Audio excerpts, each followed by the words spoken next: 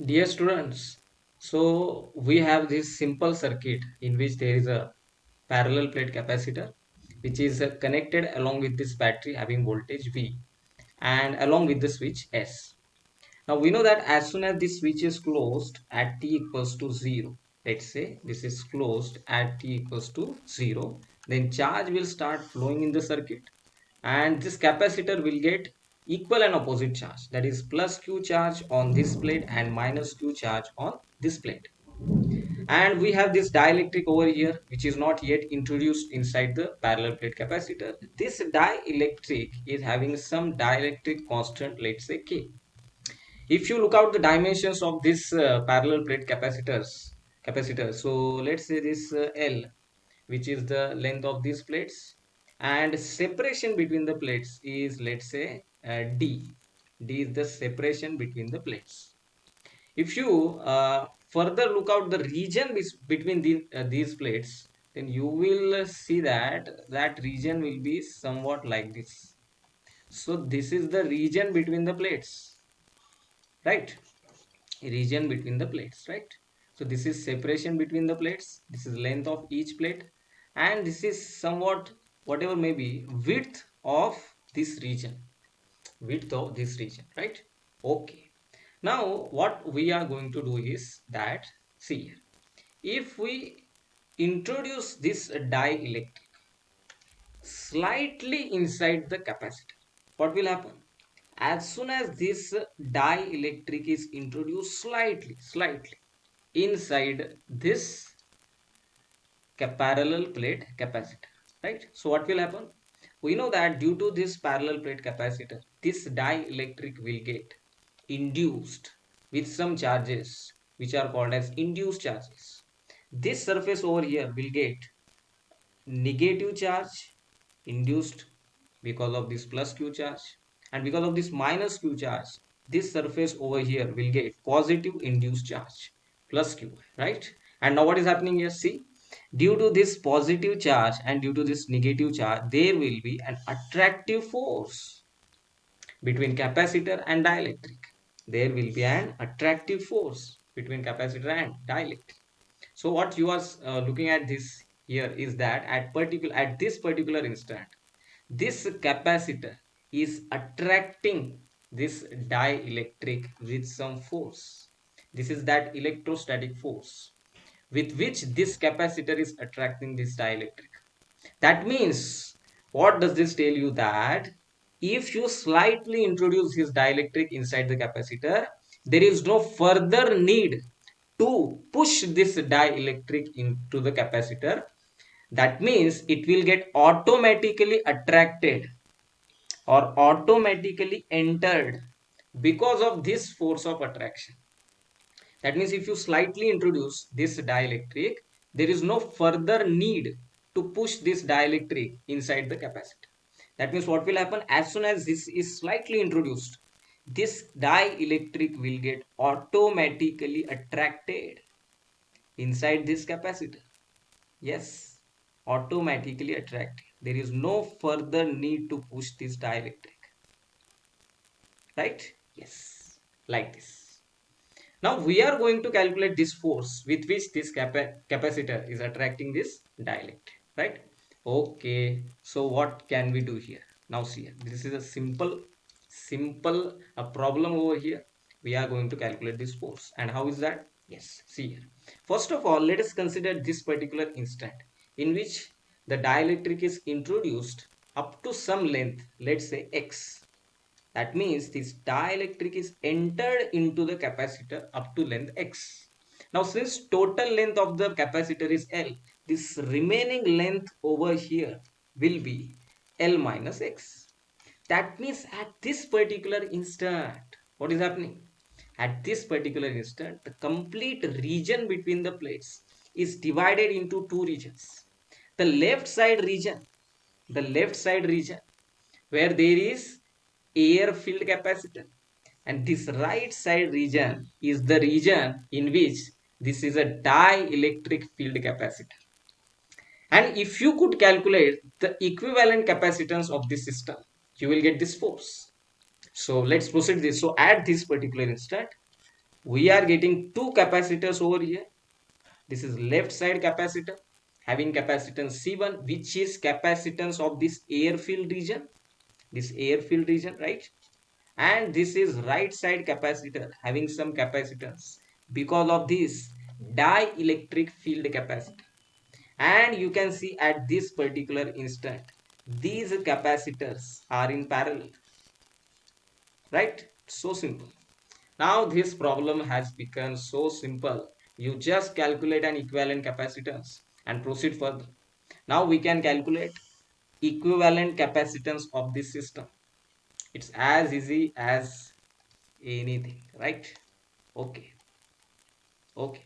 So let's calculate this. First of all, calculate C1 and C2. Okay. So how can you calculate this C1? Yes, it's simple.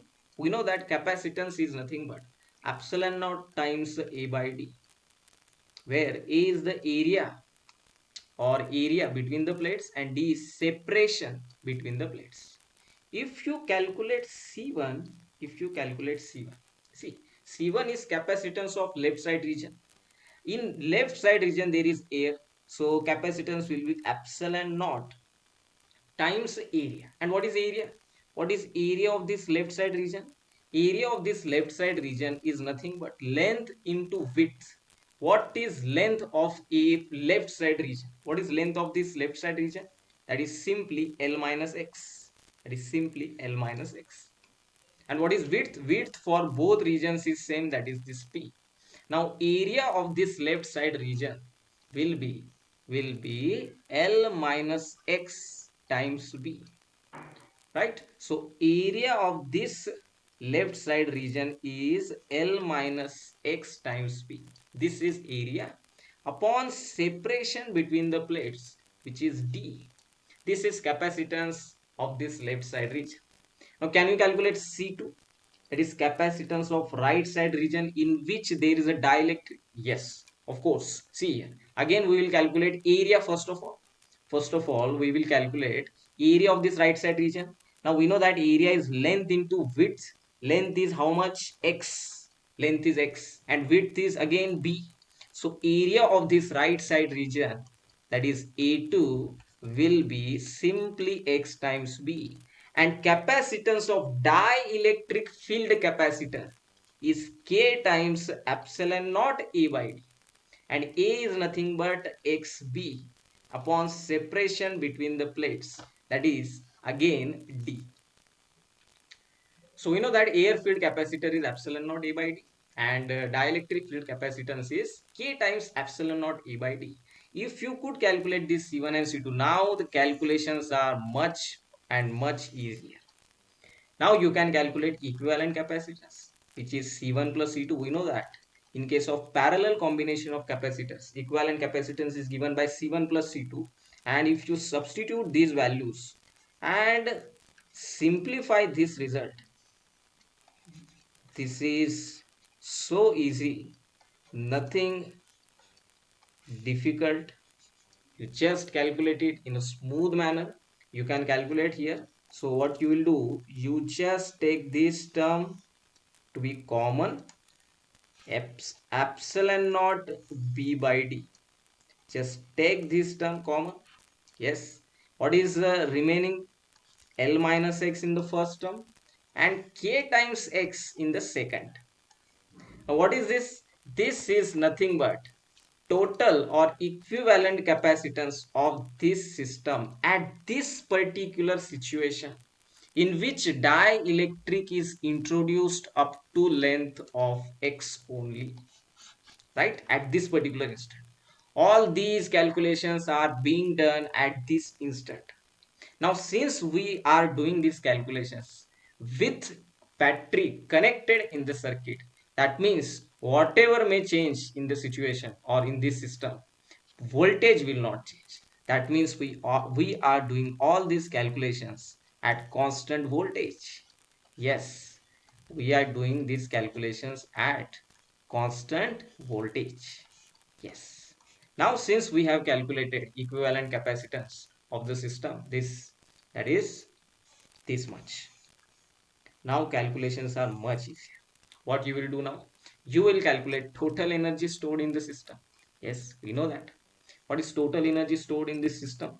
That is simply half CV square, and C is nothing but C equivalent, and voltage is same. Yes, mind it, voltage is same, V square. So half C equivalent. What is C equivalent?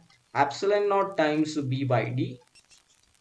Epsilon naught times B by D.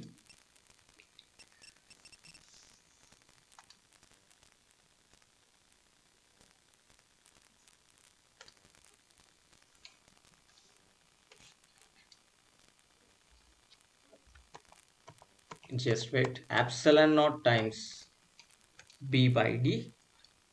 Yes, into what is that? What is that term? L minus x plus kx. L minus x plus kx plus kx into V square. This is the total energy stored in the system at this particular instant in which dielectric is introduced up to length of x. And once you got this energy, you can calculate force. We know that. What force is here? At this instant. At this instant. We know that. What kind of force is this? This is an electrostatic force. And this is a conservative in nature. And we know that any conservative force can be calculated by negative of the potential energy gradient. That means minus du by dx. Yes. So you just differentiate this potential energy with respect to x and multiply it by minus. You will get that conservative force, which is electrostatic in this case. So just differentiate this minus du by dx. If you differentiate this term, half will be common or outside. Epsilon naught b by d will be outside. These are constant terms. V square is also outside because it is also constant. The only variable is this, so we have to differentiate this term only. L minus x plus kx. And what is differentiation of L now? That is 0. What is differentiation of x? That is 1. And what is differentiation of k times x? That is k. That means the force on this dielectric due to this parallel plate capacitor is nothing but epsilon naught bv square by 2d times k minus 1. And this negative sign over here is simply showing, or this is simply representing the fact that this force is attractive. That means this is pulling in nature. This is creating a pulling action on the dielectric. And we know that yes, there is an attractive force. So this negative sign should be there. So in magnitude, you can neglect this minus sign. But this is that force, right? With this force, this dielectric will get introduced in the parallel plate capacitor. So I hope this is clear to you.